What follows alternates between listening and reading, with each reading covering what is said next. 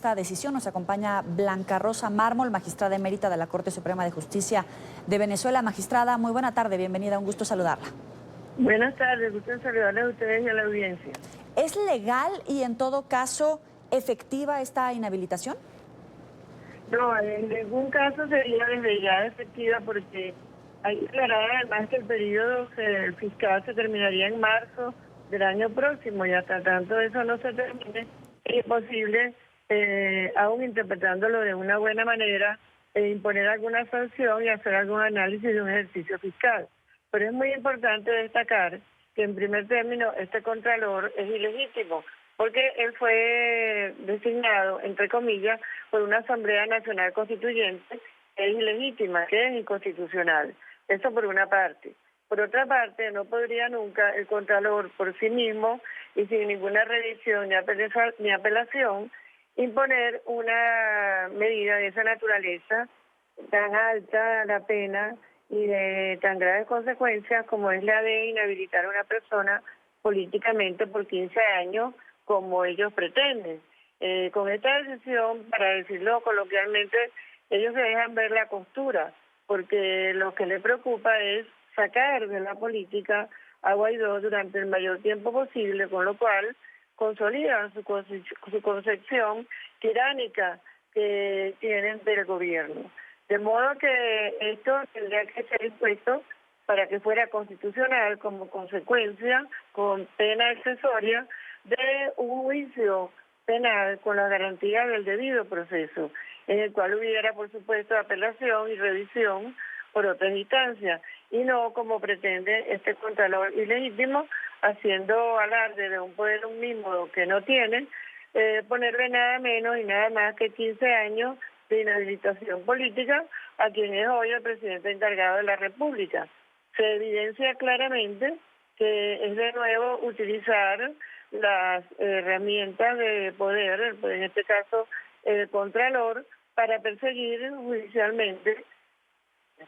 De eso se trata. De manera que esto lo que demuestra es una gran ignorancia por parte del régimen y de quienes le sirven de ejecutores de esta venganza, y además el evidente deseo de permanecer aferrados al poder contra toda constitucionalidad. Magistrada, en términos reales, en términos prácticos, ¿qué significa para Juan Guaidó esta noticia? Porque en el exterior, fuera de Venezuela, hay 50 países que lo reconocen como presidente interino. Pero con esta inhabilitación al interior del país, en términos prácticos, efectivos, incluso económicos, ¿qué significa? Para el interior del país todavía no significaría nada, porque como ellos mismos lo dijeron, es para hacerse efectiva la medida el año próximo, cuando venga el próximo periodo, cuando termine este ejercicio fiscal. Pero de todas maneras, él sigue siendo el presidente encargado. Lo que sí es evidente es que pretenden utilizar eso para evitarle su actuación política lo antes posible. No sabemos hasta dónde estarán dispuestos a llegar. Es una práctica ya reiterada del régimen, que la hicieron con María Corina Machado, como debemos recordar, y está claro que les molesta mucho la presencia que tiene y la vigencia que tiene hoy por hoy Guaidó en el ámbito nacional. Pero ¿cómo evitar que Juan Guaidó no quede en la situación que está Leopoldo López? Porque empezó como por una inhabilitación, el tiempo sigue pasando. Ayer Alemania decía que le retiraba este respaldo al no reconocer al embajador designado por Juan Guaidó en territorio alemán. ¿Cómo evitar que no quede en el limbo, que se vaya desdibujando, que pierda la fuerza que tiene en este momento Juan Guaidó? La única forma que ellos pudieran hacer eso sería una a la cual no se han atrevido, que es iniciarle un juicio penal, ¿verdad? Que si nos estamos comparando con el caso de Leopoldo López, sería iniciarle un juicio penal como no se han atrevido a hacerlo, pero sí lo hicieron con su persona más allegada, más cercana, como es el señor Marrero, que todos vimos y es internacionalmente conocido también, que fue allanado en la madrugada sin ningún respaldo probatorio y sin ninguna flagrancia ni circunstancia de tipo penal que justificara un procedimiento de esa naturaleza, para llevarlo a la cárcel. En efecto, Marrero todavía está en la cárcel, no se han atrevido a celebrar la audiencia, como bien lo decía Guaidó en recientes declaraciones, y por eso había sacarlo, vamos a decir así, de la esfera política.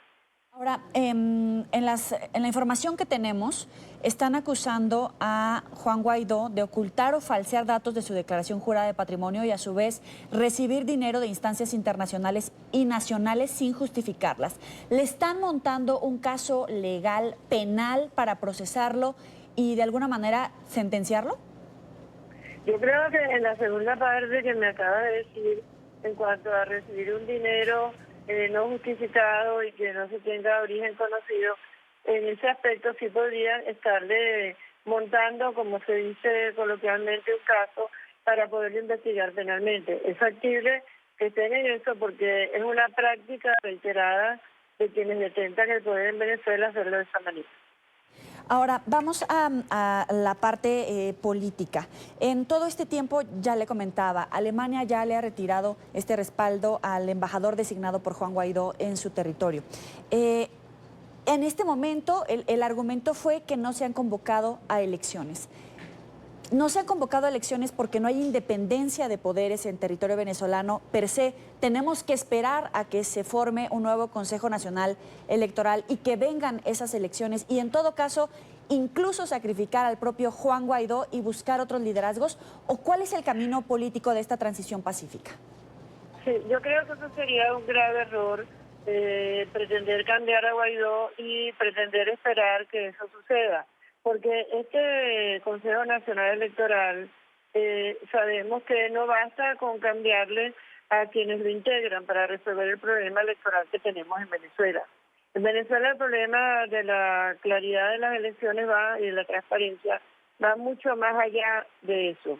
En Venezuela hay que cambiar todo el procedimiento que se cumple dentro de ese organismo, eliminando para empezar esas elecciones con esas máquinas que han sido tan criticadas y de hecho puesto en evidencia el manejo que se hace de las mismas, y lo cual fue objeto de una decisión del Tribunal Supremo legítimo hoy en el exilio, el cual estableció que de ahora en adelante las elecciones en Venezuela tendrán que ser manuales y eliminar ese procedimiento. De modo que pretender hacer depender de eso el reconocimiento del embajador de Guaidó es un grave error, porque además Guaidó es presidente encargado por disposición constitucional. Y entonces, ¿cuánto tiempo más o cómo seguir manteniendo el poder y todo este respaldo internacional a Juan Guaidó para que no se vaya desdibujando y logren consolidar en toda la oposición esta transición pacífica? Sí, es muy válida tu pregunta. En realidad, hasta ahora hemos contado con el apoyo de los países democráticos que han entendido plenamente de lo que aquí se trata. Esto no es una novedad que en Venezuela no hubiera presidente desde hace tiempo, por el abandono del cargo y por la doble nacionalidad del presidente y por la condena de la cual fue objeto por el Supremo en el exilio. No hay presidente en Venezuela. Por alguna razón se llegó al acuerdo de que era desde que el periodo nuevo constitucional comenzara. Pero esa no es la única razón. Nosotros contamos con que el mundo entienda la situación desesperada que se vive hoy por hoy en Venezuela y que justifica mucho más que eso, mucho más allá que el reconocimiento de los embajadores.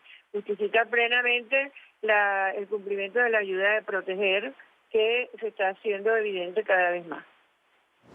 Ahora, magistrada, el Pleno de la Eurocámara aprobó la 10ª resolución sobre Venezuela en esta legislatura. La iniciativa, con 310 votos a favor, 120 en contra y 152 abstenciones, enfatiza la importancia de encontrar una solución pacífica a la crisis en la nación suramericana. Sin embargo, el texto no advierte del riesgo de una intervención militar, opción que no descartan algunos actores internacionales, como el mandatario de Estados Unidos, Donald Trump. Le pregunto, en medio de este debate sobre si la opción militar debe de estar sobre la mesa, debe de ejecutarse en Venezuela para salir de la crisis, ¿cuál es su opinión al respecto, magistrada? Sí, fíjate, yo creo que está muy claro que existe el reconocimiento de la necesidad de no solamente auxiliar a Venezuela, es que es el cumplimiento de un deber por parte de los países que firmaron ese convenio en la ONU, que es la responsabilidad de proteger. Pero además de eso, aquí en Venezuela hay una iniciativa para que los venezolanos, los ciudadanos de aquí, de Venezuela, expresemos nuestra anuencia con que esa responsabilidad de proteger se haga efectiva con la intervención humanitaria para que esto se resuelva de una vez por todas. Es Blanca Rosa Mármol, magistrada emérita de la Corte Suprema de Justicia de Venezuela. Gracias por estar con nosotros. Un gusto. Gracias a ustedes. Hasta luego.